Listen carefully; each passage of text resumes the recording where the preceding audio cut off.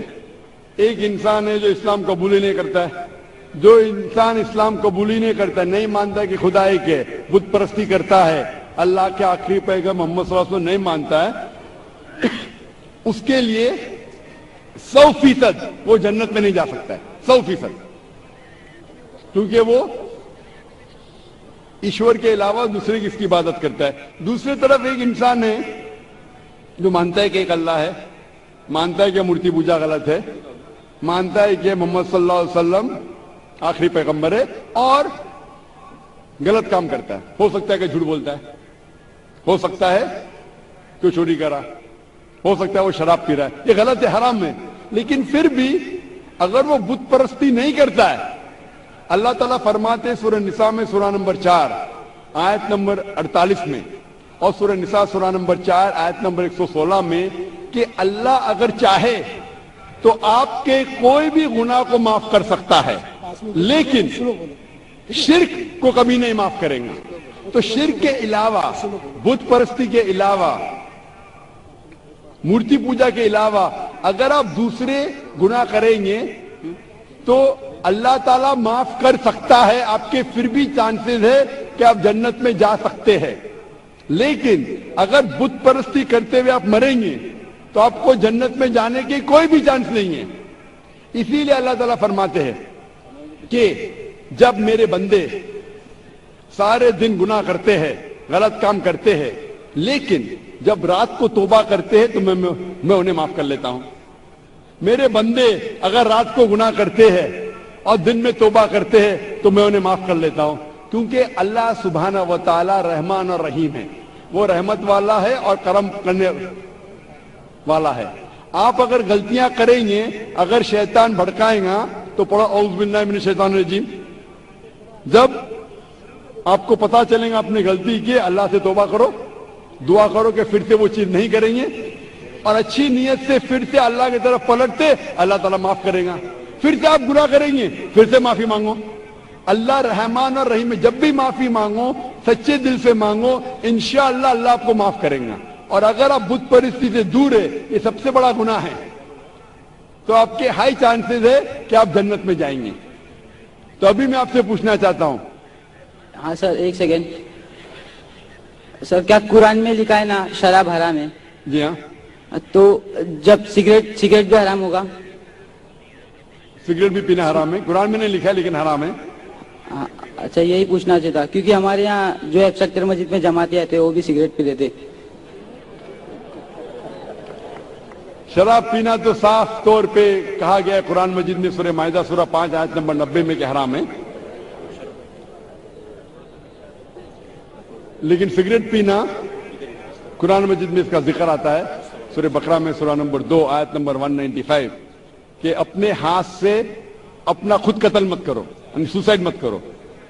آج کی سائنس کہتی ہے کہ ٹبیکو کے وجہ سے، سگریٹ پینے کے وجہ سے ہر سال ورلڈ ہیلتھ آرگنائزیشن کہتی ہے ہر سال 40 لاکھ لوگ مرتے ہیں صرف سگریٹ پینے کی وجہ سے. دنیا میں دوسرے نمبر پہ آتا ہے شراب کے بعد جو سب سے زیادہ موت ہوتی ہے کوئی چیز پینے یا کھانے کی وجہ سے، وہ ہے سگریٹ. تو کیونکہ پہلے لوگ کو پتا نہیں تھے کہ سگریٹ از سلو پوائزننگ، تو کئی علماء کہتے تھے مکروہ ہے. آج 400 سے زیادہ فتوے ہیں سعودی میں، ایجپٹ میں، جو کہا گیا ہے کہ سگریٹ پینا حرام ہے. ابھی جو لوگ کو لت لگ گئی ہے ہم اللہ سے دعا کرتے کہ اللہ انہیں ہدایت دے. لیکن اگر کوئی مسلمان غلط کر رہا ہے اس کا مطلب نہیں کہ آپ کو بھی کرنا چاہیے. ہم دعا کریں گے کہ ان مسلمان کو اللہ تعالیٰ طاقت دے کہ یہ بری لت سے انہیں نجات ملے. میں آپ سے پوچھنا چاہتا ہوں کہ آپ مانتے کہ خدا ایک ہے؟ ہاں. آپ مانتے بت پرستی غلط ہے؟ ہاں. آپ مانتے کہ محمد صلی اللہ علیہ وسلم آخری پیغمبر ہے؟ سر میں بھی تو تھوڑا اسلام ریسرچ کر رہا ہوں، اس کے بعد میں خود بخود قبول کر لوں. انشاءاللہ بھائی صاحب چاہتے ہیں کہ وہ اسلام کے بارے میں اور ریسرچ کرے، اور میں چاہوں گا کہ آپ میرے ہاتھ سے ایک ترجمہ لیں قرآن کا، اور میری درخواست ہے کہ آپ قرآن مجید کا ترجمہ پڑھیے اور انشاءاللہ اس سے آپ ہدایت پائیں گے. اور جب مطمئن ہو جائیں گے کہ یہ مذہب صحیح ہے پھر ہی قبول کرنا, کوئی زبردستی نہیں. آپ جب مطمئن ہو جائیں گے کہ یہ اسلام, یہ قرآن میں صحیح باتیں لکھی ہے, یہ سب سے بہترین مذہب ہے, پھر ہی آپ قبول کیجئے. میں درخواست کروں گا کہ آپ اسٹیج پہ آ کے انشاءاللہ قرآن مجید کا نسخہ مجھ سے لے سکتے ہیں. Sir thank